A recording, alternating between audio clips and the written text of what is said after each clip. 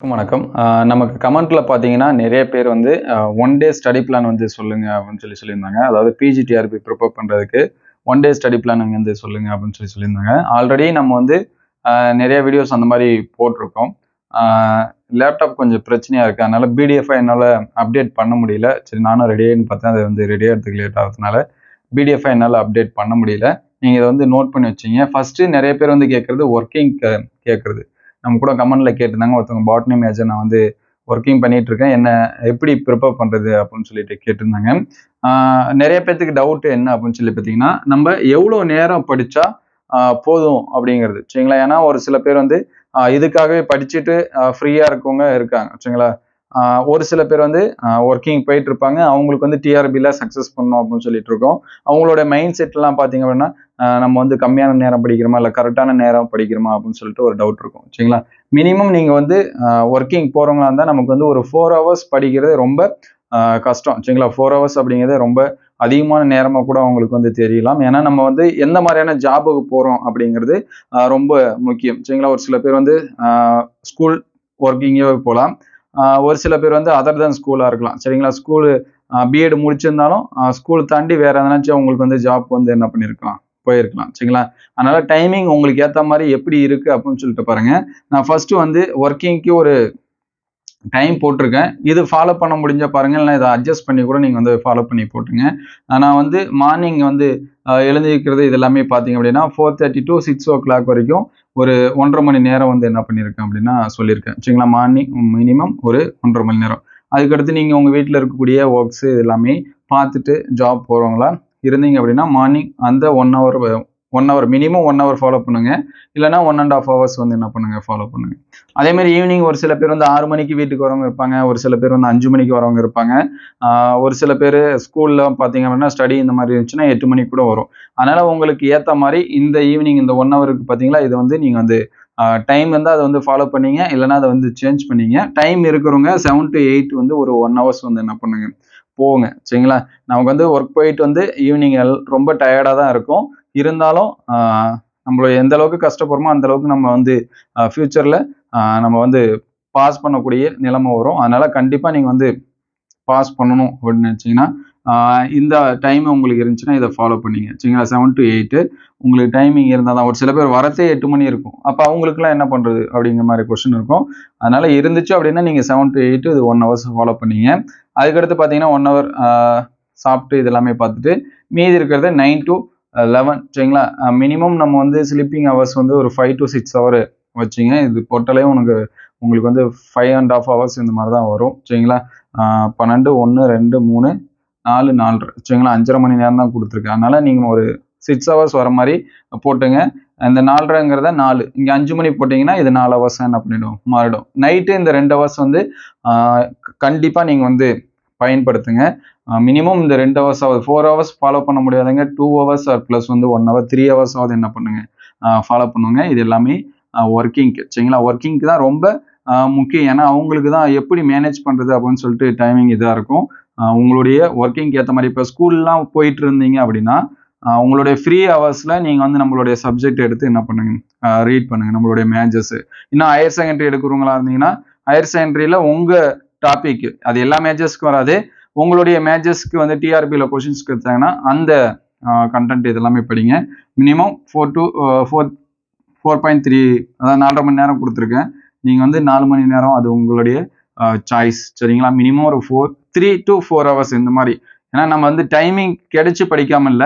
Timing நமக்கு இல்ல. சரிங்களா? அதனால இருக்கிற டைம் தான் நம்ம என்ன பண்றோம்? படிக்கிறோம். அதனால அத பத்தி நீங்க எந்த ஒரு கவலையும் படுத்தல. ஐய்யயோ! நம்ம வந்து படிக்காம இருக்குமா? நம்ம வந்து அ ஃப்ரீயா இருக்கக்கூடிய டைம வேஸ்ட் பண்ணாதான் நம்ம வந்து என்ன பண்ணணும்? கவலைப்படணும். நம்மளுடைய சூழல் அப்படி இருக்கு. ஒர்க்கிங் போயிட்டு தான் ஆகணும் அப்படிங்கிற சூழல்ல நம்ம இருக்கோம் அப்படின்னா, அத பத்தி நீங்க வந்து என்னது கவலைப்பட தேவையில்ல. இருக்கிற டைம கரெக்ட்டா நீங்க வந்து பயன்படுத்தினீங்க அப்படின்னா, கண்டிப்பா நம்மளால என்ன பண்ண முடியும்? சக்சஸ் பண்ண முடியும். சாட்டர்டே, சண்டே இந்த மாதிரியான லீவ் வரது எல்லாமே நீங்க ஃபுல் டேவா இந்த ஷெட்யூல ஃபாலோ பண்ணீங்கன்னா ஈக்குவல் ஆயிடும். இப்ப எனக்கு ஒரு 2 நாள் லீவ் வருது. இதுல ஒரு 10 மணி நேரம் படிக்கிறேன். 5 நாள்ல 4 மணி நேரம், 20 மணி நேரம், 30 மணி நேரம் படிக்கிறேன் அப்படின்னா, ஒருத்தவங்க ஒரு வாரத்துக்கு ஒரு 40 மணி நேரம் படிக்கிறாங்க. அவங்களுக்கு நமக்கு ஒரு 10 மணி நேரம் டிஃபரன்ஸ் இந்த மாரி இருக்கும். அதனால நமக்கு லீவ் டைம் வருது. இத ஃபாலோ பண்ணீங்க. நான் ஒர்க்கிங்கா இருந்தா இதுவும் வந்து ஒரு இது வந்து 5 மாற்றிங்க, உங்களுடைய விருப்பம் சரிங்களா. நான் ஒரு 11 மணி நேரம் அதிகமாக தான் கொடுத்துருக்கேன். இது வந்து 10 ஹவர்ஸே உங்களுக்கு வந்து போதுமானதாக கூட இருக்கலாம் சரிங்களா. இதில் நிறைய ஃப்ரீயும் நம்ம வந்து சொல்லியிருக்கோம். இல்லை 4 to 6 வந்து மார்னிங் வந்து 2 ஹவர்ஸ் வந்து நீங்கள் என்ன பண்ணலாம், ப்ரிப்பேர் பண்ணலாம். அதுக்கடுத்து 9 to 11 சரிங்களா. இந்த 7, 8, 9, 10 மணி வரைக்கும் உங்களுக்கு ஒர்க்கு வேறு எதனாச்சும் இருந்துச்சுன்னா பார்த்துட்டு, இல்லை அதுக்கு முன்னாடி கூட நீங்கள் வந்து என்ன பண்ணிக்கலாம், எனக்கு வந்து எந்த ஒர்க்குமே இல்லை சும்மா தான் இருக்குன்னா நீங்கள் 8 மணிலேருந்து கூட என்னது 11 போட்டு 3 ஹவர்ஸ் போட்டுக்கலாம். இன்னொரு நம்பர் என்ன பண்ணிக்கலாம், எக்ஸ்ட்ரா பண்ணிக்கலாம் சரிங்களா. அதுக்கடுத்து பார்த்தீங்க அப்படின்னா நான் ஒரு 1/2 hour பிரேக் இந்த மாதிரி சொல்லியிருக்கேன். அதுக்கடுத்து 11:30 to 1 வரைக்கும் 1:30 சரிங்களா, 1.5 மணி நேரம். அதுக்கடுத்து மதியம் மோஸ்ட்லி லஞ்சு சாப்பிட்டு கொஞ்சம் ரெஸ்ட் எடுக்கிறவங்க என்ன பண்ணுங்க, ரெஸ்ட் எடுங்க. தூக்கம் வந்துச்சுன்னா என்ன பண்ணுங்க, தூங்க.